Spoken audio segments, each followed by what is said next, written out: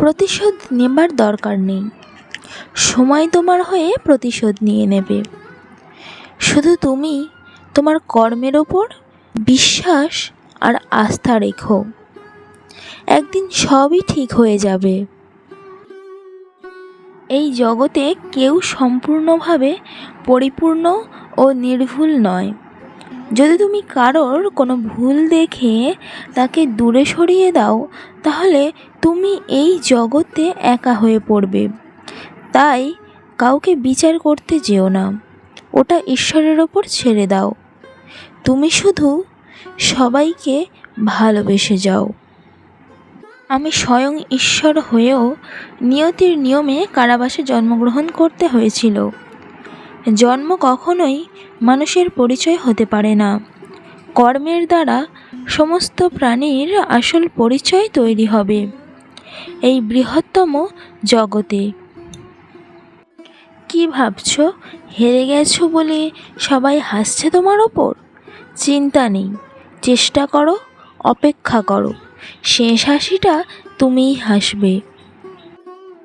জন্মের সাথেই মানুষের মৃত্যু নির্ধারিত, তাই নিজের কর্ম করো, যা অনিবার্য তার জন্য দুঃখ করো না।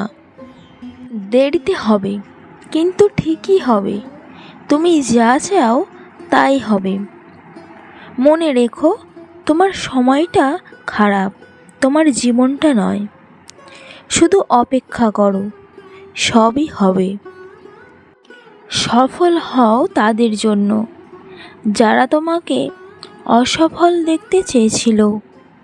সম্পর্ক শুধু রক্তে মাংস গড়া দুটি শরীর কিংবা কোনো জাতপাত উঁচু নিচু ভেদাভেদের ওপর নির্ভর করে না।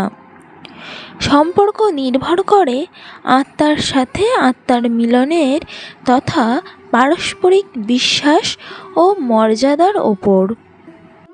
প্রার্থনা করার সময় ব্যক্তির মন্দিরে থাকাটা জরুরি নয়, কিন্তু ব্যক্তির মন ঈশ্বরে থাকাটা জরুরি।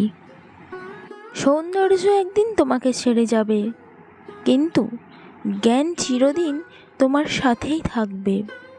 নারীকে নষ্ট বলার অধিকার কোনো পুরুষেরই নেই, কেননা পুরুষের স্পর্শ ছাড়া কোনো নারী নষ্ট হয় না।